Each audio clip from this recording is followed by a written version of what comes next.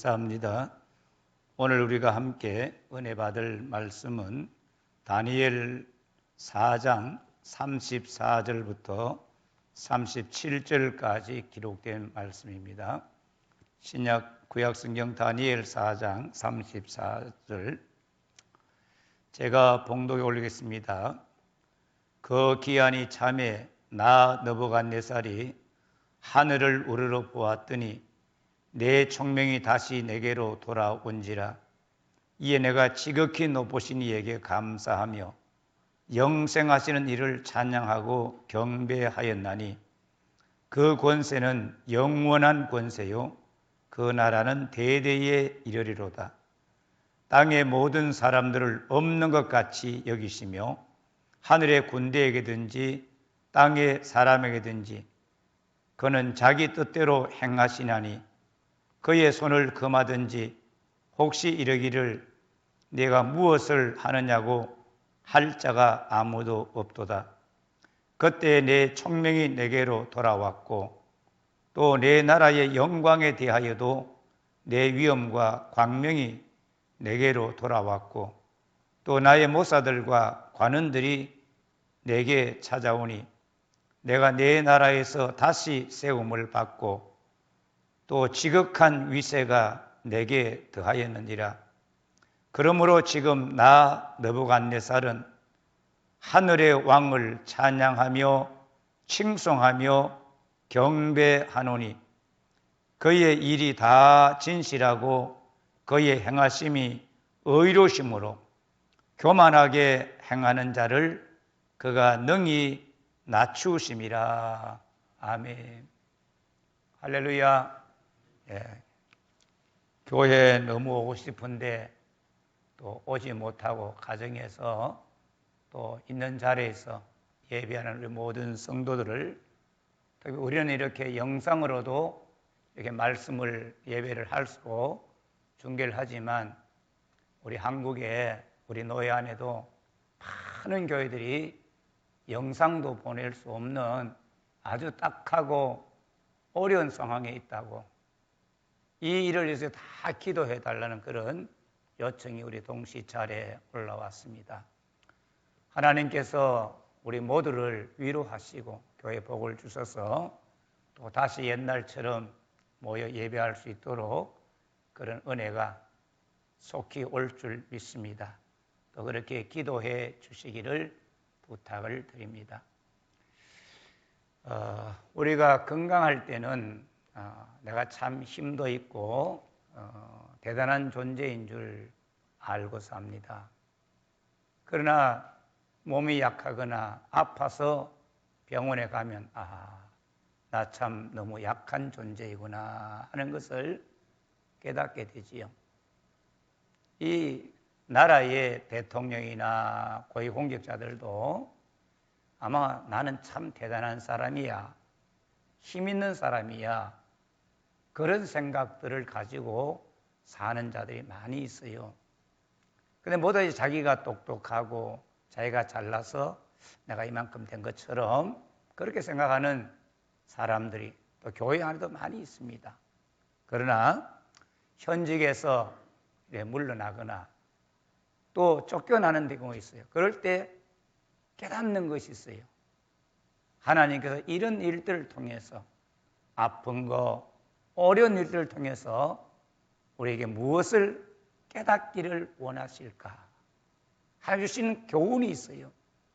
오늘 그 교훈을 우리 모두 깨닫고 가슴에 새기고 하나님 사랑하며 살아가는 영광의 가족들 되기를 주의 이름으로 축복합니다. 이 느부갓네살 왕은 바벨론의 두 번째 왕입니다. BC 605년에서 562년, 약 한 43년간 온 세계를 통치한 왕입니다. 이 다니엘 성경에 보면 느부갓네살 왕이 잠자다가 머릿속에 하나님께로부터 받은 환상, 꿈을 2번 꾼 것이 기록되어 있습니다. 그 첫 번째 꿈은 우리 잘 아는 대로 느부갓네살 왕이 된 지 2태째, 2해가 됐을 때에 아마 이 나라의 앞날이 어떻게 될까 생각할 때 하나님 보여주신 환상이 큰 신상의 꿈을 보여줬습니다. 머리는 금으로, 이 가슴과 팔은 은으로, 그 다음에 이 종아리는 이 밑에는 노스로, 그 다음 종아리는 철로, 그리고 발가락 그 밑에는 반은 진흙, 반은 철로 되어 있었는데 이 뜨인 돌에 의해서 이 신상이 깨트려지고 가루가 되어 날아가 버리고 이 하나님의 나라, 큰 나라가 세워지는 것을 하나님이 보여주셨습니다. 그 첫 번째 꿈은 뭔가 하면 바벨론 이후에 이루어질 세상 나라에 대한 앞으로 이 세상이 어떻게 돼갈 것인가, 거기에 대해서 보여줄 수 있는 환상입니다. 자, 느부갓네살은 바벨론은 우리가 그 신상에 보았듯이 바로 금머리입니다. 금머리. 최고로 빛나고 최고로 영광스러워요. 이 바벨론은 진짜 세계에서 최고의 나라입니다. 그 성경을 세상 나라 이야기할 때 항상 바벨론을 이야기하지. 이 느부갓네살 때에 그 나라가 금나라처럼 아수르, 애굽, 유다, 아시아, 아프리카, 그가 유럽 온 지역을 다 정복을 했습니다. 이 느부갓네살이 세계 만민 앞에 위대하고 그의 이름이 알려졌습니다. 그래서 정치나 경제나 군사적으로 안정이 돼가지고 이 바벨론에 쳐들어올 세상 나라가 없는 거예요. 그 다음에 그 나라 안에서 왕을 반대하거나 내란을 일으킬 세력도 없었어요. 느부갓네살이 이제 전쟁에 나가지 않고도 늘 왕궁에서 평안히 쉴 수 있는 그런 시기를 보내고 있었습니다. 날마다 왕궁에서 편히 살 때에 또 하나의 충격적인 환상을 보았습니다. 이 느부갓네살이 침상에서 생각하는 것과 머릿속으로 받은 환상으로 말미암아 마음에 번민이 생겼습니다. 너무나 두렵고 너무나 놀라서 안절부절하며 어찌할 줄 모르는 겁니다. 그래서 그 꿈을 해석을 위해 가지고 바벨론 모든 지혜자들을 불러 모았습니다. 그래서 자기 꿈 이야기를 다 해주면서 내 꿈을 해석해라. 전에는 박사들 보니까 왕이여 꿈의 내용을 이야기해줘야 우리가 해석해드리지요.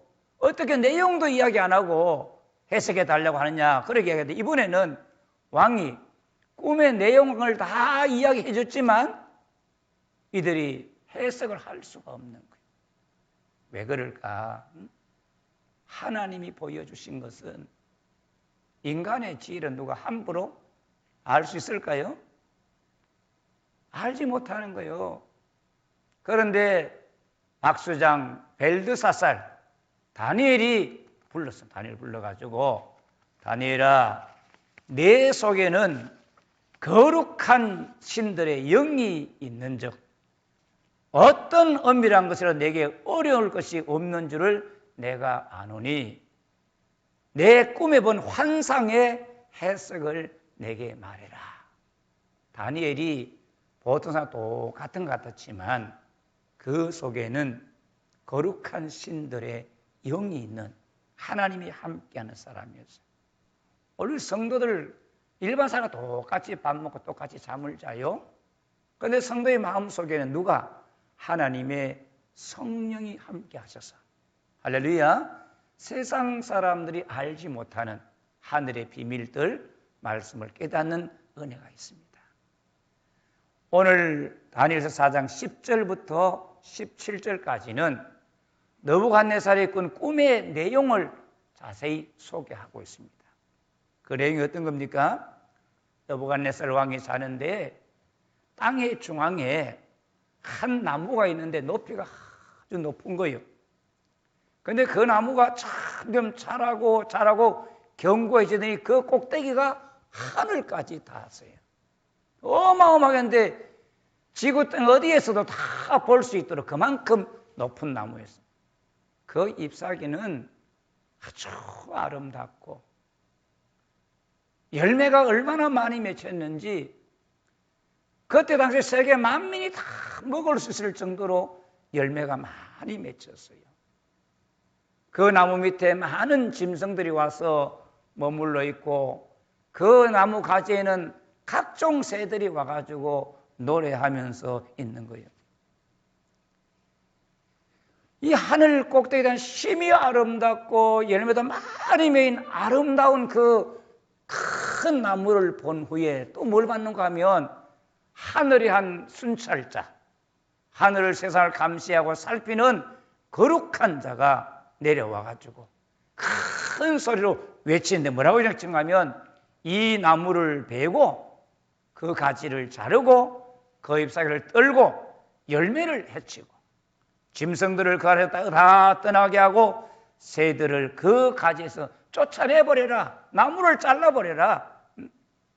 열매를 다 해쳐버려라. 잎사귀도 떨어버리고 아무것도 없도록 해라. 그러나 그 나무에 거루터기를 남겨두고 쇠와 놋줄로 묶어서 그것을 덜풀 가운데 두어라. 그것이 하늘 이슬에 젖고 땅의 풀 가운데서 짐승과 함께 더불어 제 몫을 얻으리라. 짐승과 함께 살리라. 또 그 마음은 변하여 사람의 마음 같지 아니하고 누구 마음? 짐승의 마음을 받아서 7대를 지날 것이다. 나무가 잘려버리고 버려져 가지고 덜짐승처럼 덜좀 함께 살면서 그 마음이 변하여 사람 마음은 없어지고 짐승의 마음을 받아가지고 7대를 산다는 겁니다. 우리가 다 건강하지만 죄에 사로잡혀 사는 사람의 마음 속에는 이 짐승의 마음들이 많은 거예요.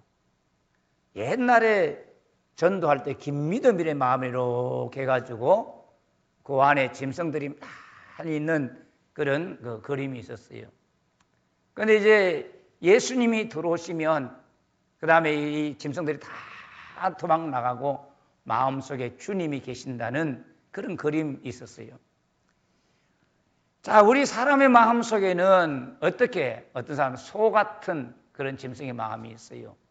소는 미련하고 지각이 없는 마음을 상징하는 거예요. 일이나 여우 같은 교활하고 약삭빠른 마음을 가진 사람도 있고 맹수같이 아주 사납고 무자비한 마음을 가진 사람도 있습니다. 여러분 세상 보면 얼마나 사나운 사람 많아요.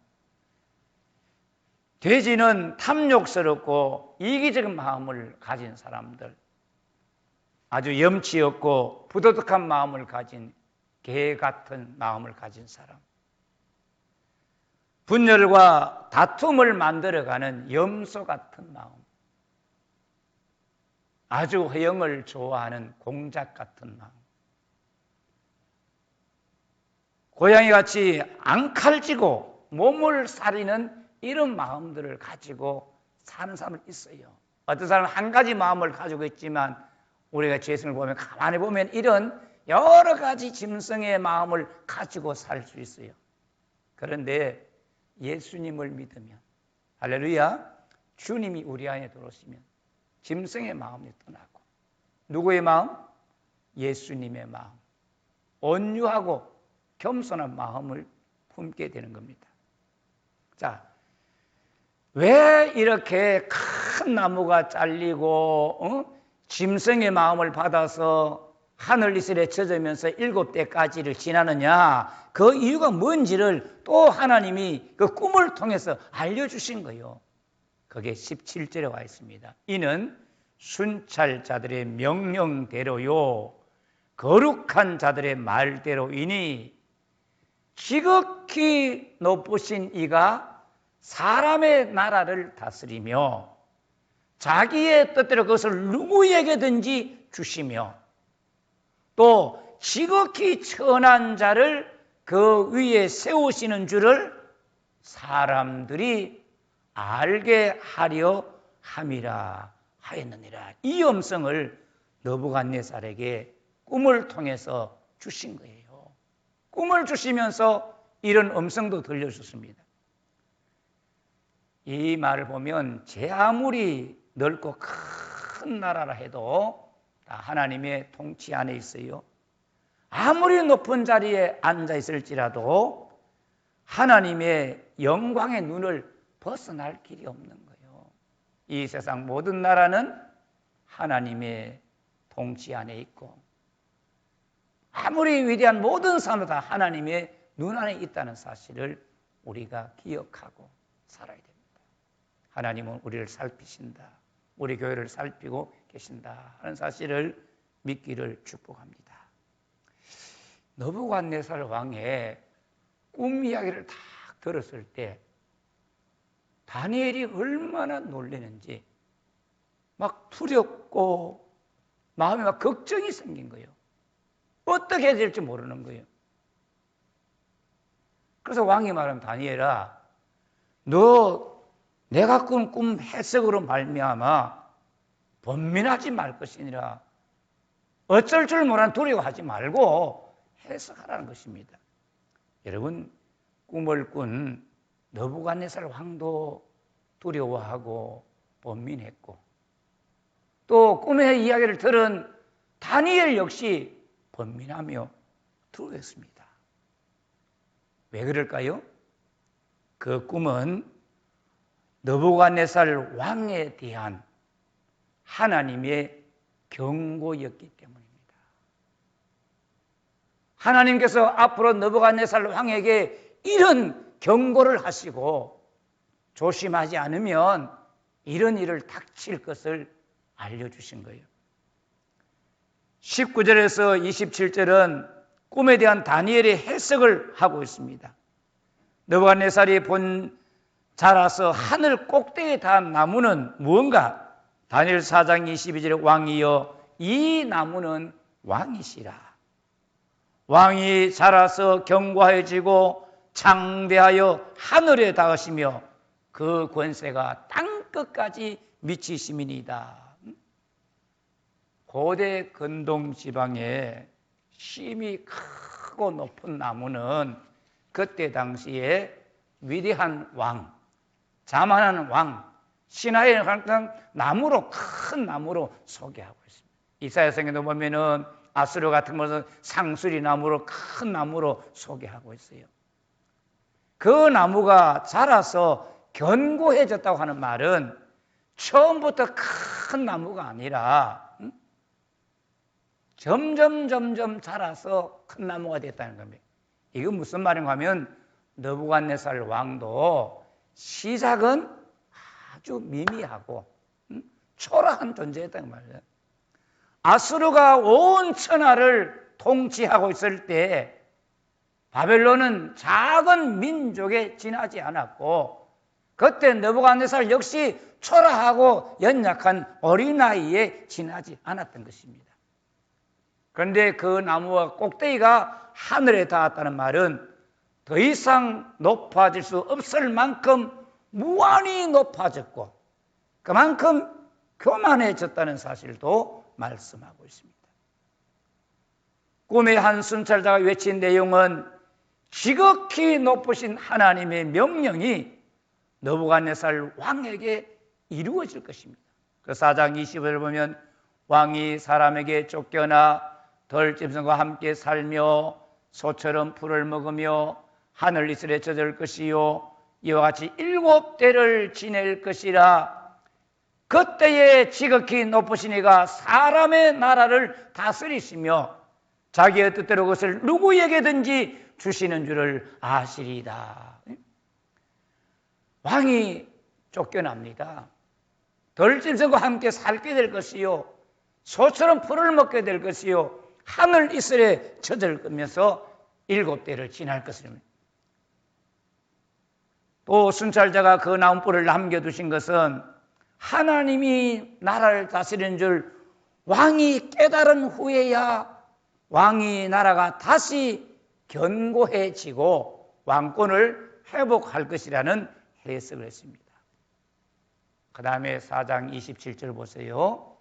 다니엘이 꿈을 해석하면서 왕에게 부탁하는 것은, 그런즉 왕이여 내가 아뢰는 것을 받으시고 공의를 행함으로 죄를 사하시고 가난한 자를 긍휼히 여김으로 죄악을 사하소서. 그리하시면 왕의 평안함이 혹시 장구하리다. 이 말은 뭐예요? 왕이 바르게 살아가면 이런 꿈의 내용 경고대로 이루어지지 않고 그런 일 없이 왕이 태평성대를 누리며 잘 살 것이라는 그런 말입니다. 다니엘의 권면을 보면 느부갓네살이 권세와 힘이 커지면서 공의를 행하지 못하고 불의한 일을 많이 했다는 사실을 볼 수가 있습니다. 가난한 자들을 정말 사랑하고 아끼며 돌보아 주기보다도 부자와 힘 있는 자의 편이 되어서 가난한 자를 억울하게 한 것들이 많이 있는 것 같습니다. 그래서 왕이여 제발 이제부터는 공의를 행하여 누구에게든지 더 공평하게 해서 이렇게 죄를 사하고 가난한 자를 긍휼히 여김으로 죄악을 사하소서. 죄를 사라는 말은 파괴하고 찢어버리란 말이에요. 죄 짓지 말고 하나님 기뻐하시는 삶을 살라는 것입니다. 하나님은 누구든지 공의를 행하기를 원하는 거예요. 어느 나라 어느 대통령이 공의를 행하여서 차별 없이 똑같이 하기를 원합니다. 내 편이면 잘해주고 다른 편이면 무시하는 이런 걸 하지 말고 똑같이 잘해요. 또한 이 권세자들은 어떻게 하냐, 가난한 자들을 불쌍히 여기면서 가난한 자들이 잘 살아갈 수 있도록 그렇게 만들어요. 그런데 권세가 보면 가난한 자들을 무시하고 힘 있는 자들을 세우는 그런 일을 하기가 쉽습니다.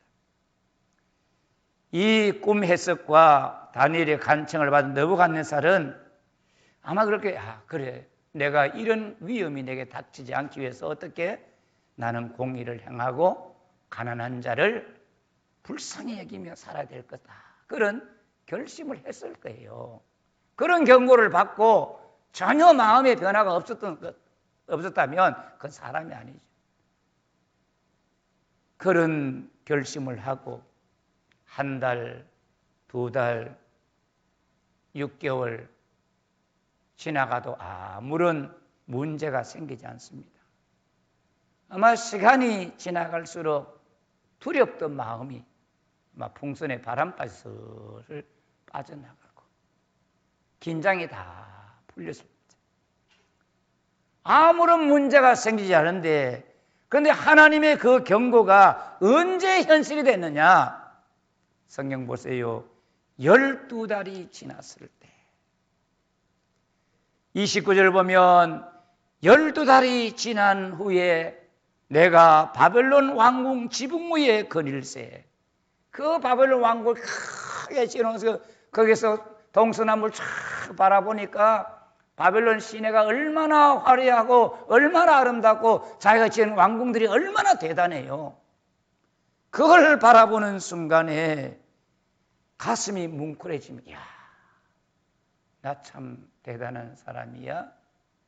나 참 대단한 일을 했구나. 그래서 30절에 이런 말하면 나 왕이 말하 이르되 이 큰 바벨론은 내가 능력과 권세로 건설하여 나의 도성으로 삼고 이것으로 내 위엄의 영광을 나타낼 것이 아니냐 하였더니 자기의 부족함, 회개함은 전혀 없고 교만한 마음이 더 커졌던 것입니다. 모든 것을 자기 쓰고 자기 노력으로 이룬 것으로 착각했습니다. 그런데 이 말이 아직도 입에 있을 때에 느부갓네살 왕이 했는 말을 마치기도 전에 여러분 이제 생각에서 그다음 어디 나오죠? 입에 말로 나오잖아요. 이 말이 다 마치기도 전에 어떤 음성이 하늘에서 들리는가 하면은 느부갓네살 왕아 내게 말하노니 나라의 왕위가 내게서 떠났느니라, 끝이 났느니라, 나라가 영광이 너에서 떠났다 하는 음성이 들렸습니다. 여러분, 하나님이 꿈을 통하여 경고하신 대로 정확하게 이루어졌습니다. 아무 일 없을 줄 알았는데 긴장이 풀리고 12달 1년이 넘어가자 교만해지고 그 꿈대로 현실됐습니다. 느부갓네살이 사람들 쫓겨납니다. 들에 가서 소처럼 풀을 뜯어먹고, 이 세계에서 제일 좋은 음식 먹고 그렇게 살던 사람이 소처럼 풀을 뜯어먹는 거예요. 그 짐승 한번 보세요. 머리털은 독수리 머리털 같이, 손톱은 새의 발톱 같이 됐어요. 여러분, 우리가 밥을 먹고 살 때 인간답게 살고요, 응? 나가서 소처럼 뿔 뜯어 먹지 않고 상도 감사해야 돼요. 내 머리카락에 늘 평생 이렇게 고운 머리털이 자라게 된 거 하나님이 은혜인 줄 알고, 손톱이 늘 이렇게 잘 이쁜 손톱 자라는 것도 주의 은혜인 줄 알아야 돼요. 교만하고 잘못된 길을 걸을 때 많은데도 하나님 우리가 사람으로 밥을 먹고 살 수 있게 하시고, 머리털이 또 손톱이 이렇게 다 사람 모습 갖추어 있는 것이 얼마나 감사한지. 할렐루야. 정말 그걸 감사해야 돼요.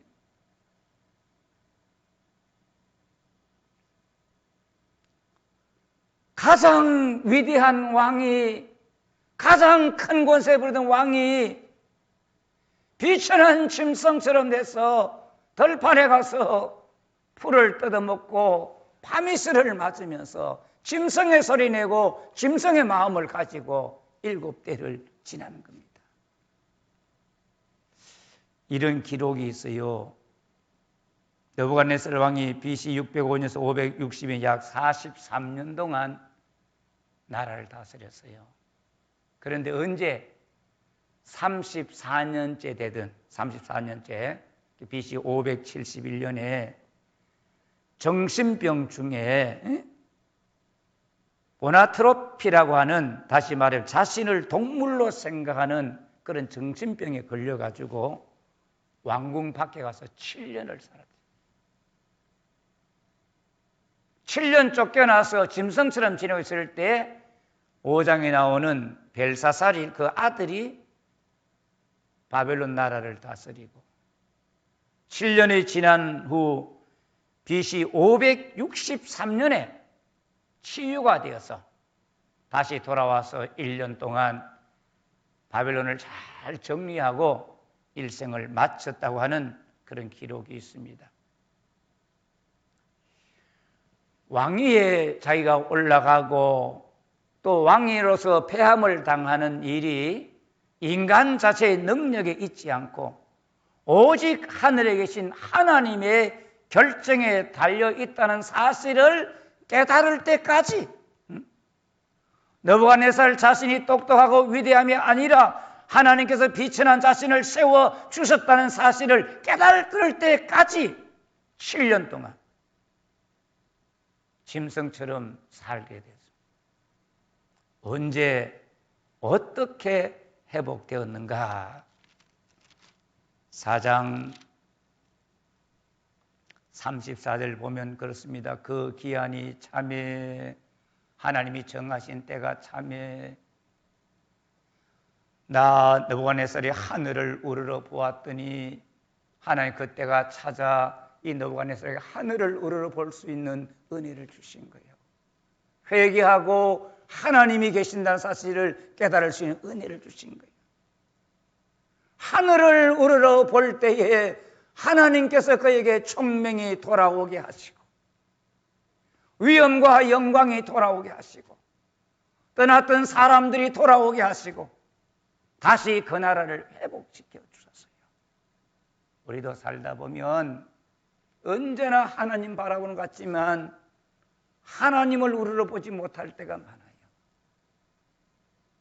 힘들고 어려운 인생 살 때 하늘을 우러러 보게 하시는 하나님의 은혜를 사모하기를 축복합니다. 우리가 하나님을 우러러 보면 총명이 돌아오는 거예요. 그래서 제가 언제 지방에 살 때 한 자매가 정신병 시달리는데 이 말씀을 읽으면서 주여 이 자매에게 하늘을 우러러 볼 수 있는 은혜를 주셔서 총명이 돌아오게 해달라고. 하나님을 우러러 봐야 총명이 돌아오는 거예요.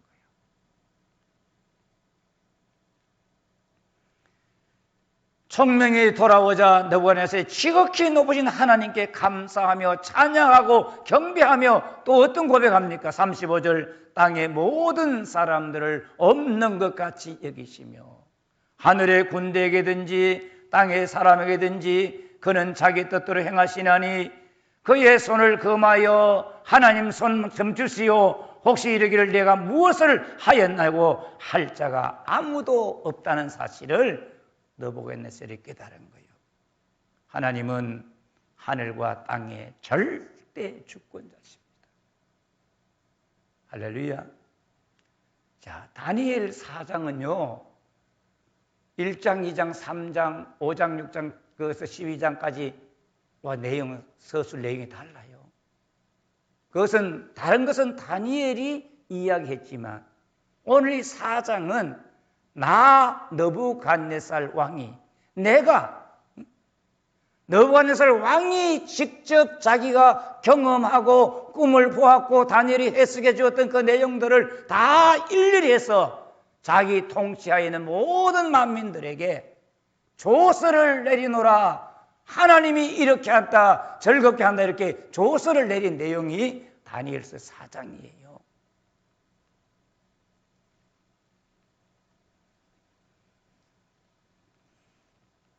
자신을 높이고 역사의 주인 되신 하나님을 인정하지 않는 자는 비록 이 세상에서 최고의 왕 노릇을 한다 하더라도 결국은 비천한 신세로 멸망할 짐승 같은 삶을 살 수밖에 없다는 사실을 말하고 있습니다.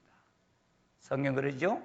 존귀한 데 처하나 깨닫지 못하는 자는 멸망할 짐승 같도다. 느부갓네살을 말합니다. 그의 일이 다 진실하고 그의 행하심이 의로우심으로 교만하게 행하는 자는 그가 능히 낮추시리라. 아무리 힘있고 아무리 똑똑해도 교만하면 낮추신다.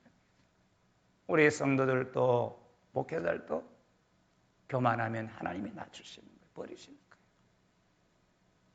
항상 겸손해야 돼요. 세상의 통치자들도 권사들도 교만하면 하나님이 버리시는 거예요. 사랑하는 성도 여러분, 느부갓네살은 세계 최고 강대국의 왕이 되었을 때 자신이 어떻게 해서 왕이 되었는지, 세계 최대 강국을 이루는지 그 배경을 알지 못했습니다. 뛰어난 성공과 업적과 현재 권세를 이룰 능력이 처음부터 자기 속에 있었고 자기는 남들보다 다른 존재, 특별한 존재인 줄로 착각을 했습니다. 그런데 하나님의 경고를 받아 짐승처럼 7대를 살면서 깨달았습니다. 하나님은 지극히 높으신 분이요, 나는 지극히 비천한 자임을 알게 된 것입니다. 하나님께서 사용하시는 인생은 정말 자기가 지극히 비천한 자임을 아는 그 사람들을 불러서 세우시는 것입니다. 성경을 통해서 느부갓네살을 입을 통해서 직접 세계 최고의 권세자였던 느부갓네살의 입을 통하여 직접 교만한 자를 하나님이 낮추신다는 사실을 알려주었지만, 경고하고 있지만 성도들 중에, 세상 통치자 중에 예수를 믿으면서도 그걸 깨닫지 못한 사람이 있습니다. 내 사전에는 뭐가 없다고요? 불가능이 없다. 그렇게 외치면서 전 세계를 정복하려던 나폴레옹 보나파트가 월트루 전쟁에서 패배를 했습니다. 그 패배한 이유가 뭐냐? 첫째는 그가 천재였기 때문에, 너무너무 똑똑하고 전술력이 천재였기 때문에, 두 번째는 자신을 천재로 만든 상황과 배경을 잊었기 때문에, 자기가 어릴 때는 외톨이고 가난뱅이고 이방인이고 이런 줄 모르고 자기가 잘나고 자기가 똑똑해서 내 삶엔 불가능이 없다고 설치면 되는 줄 알았던데, 전쟁에서 패해가지고 사인트 헬레나 섬에 가서 마지막 촌자 외로이 보내면서 자기가 얼마나 비참한 존재인지, 얼마나 연약한 존재인지를 뼈저리게 깨달으면서 일생을 마친 것 같습니다. 하나님은 오늘 우리들에게 경고하십니다. 절대로 교만하지 말아라. 대단한 존재같이 생각지 말고 나는 항상 비천한 자임을 알고 겸손하게 살 것을 하나님 원하고 계십니다. 대통령과 모든 고위 공직자들이 자신이 어떻게 여기까지 와 있는지, 과연 내가 이 자리에 설 자격이 있는지를 깨달으면 하나님께서 귀 쓰시지만, 그렇지 못할 때는 하나님께서 그들을 버리시는 겁니다. 우리가 이 땅에서 교만한 인생은 하나님께서 자신이 얼마나 비천한 존재인지를 이 세상에서 알게 하시고, 그렇지 않으면 하나님 앞에 다음 세계에서 얼마나 죄 많은 인생인지를 깨닫게 하시고 처참하게 살아가도록 하십니다. 여러분, 우리 이 땅에 살면서 항상 비천한 자를 잊어버리지 말고, 그렇게 낮추며 살 때 주님께 우리를 하늘 높이 올리시고 교만한 자들을 땅끝까지 낮추시는 하나님을 생각하면서 겸손하게 살아가도록 합시다. 이스라엘 백성들 그렇잖아요. 가버나움아 베세다야, 너희가 하늘까지 높아지려고 하느냐? 음부까지 낮아지리라. 얼마나 교만했느니 하늘막까지 높아지려고 할 때 주님께서 음부까지 낮아질 것을 말씀하셨습니다. 우리는 지극히 비천한 자입니다. 세상에 아무리 큰 것을 가져도 위대하고 대단한 존재는 하나님 앞에 아무도 없습니다. 이 말씀 기억하고 앞으로 더 겸손하게 살아가는 영광의 가족들 되기를 주의 이름으로 축복합니다. 기도하겠습니다. 지극히